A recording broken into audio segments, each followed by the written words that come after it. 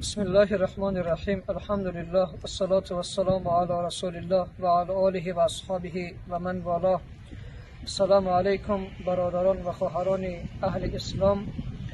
به فضل پروردگار این مسجد الفرقان شهر اندرز حدوداً 5 روز هست که در حال ساخت و ساز و در حال ادامه کار مسجد داریم میگذرانیم.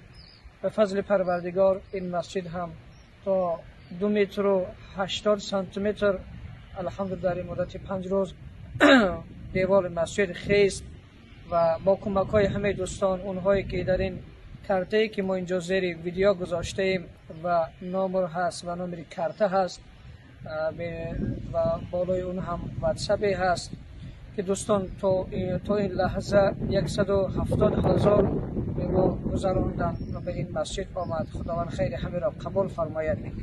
و این برادران گرامی و خواهران عزیز، این فرصت خیلی ارزشمندی هست برای اینکه ذخیره برای آخرت خودمان داشته باشیم و فضیلت ساختن مسجد در اسلام خیلی کلان هست که آن حضرت صلی الله علیه و سلم فرمودند هر کسی که خانه خدا را آب سازد و خانه الله را آباد سازد، الله ذوالجلال در بهشت قصر برایش می سازد.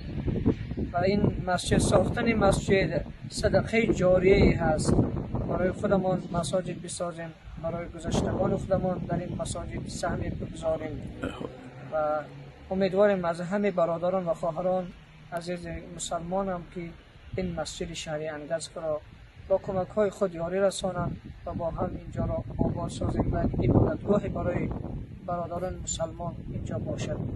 خداوند همه ما شما را از رحمت و خاصه خودش با نصیب و بهره‌مند گرداند و گذشتگان همه اون عزیزانی که خیر کردند و انشاءالله خیر میکنند، خداوند گذشتگانشان رو هر وقت شما شاد گرداند و در دنیا و آخرت خداوند سربلندی را نصیبشان گرداند.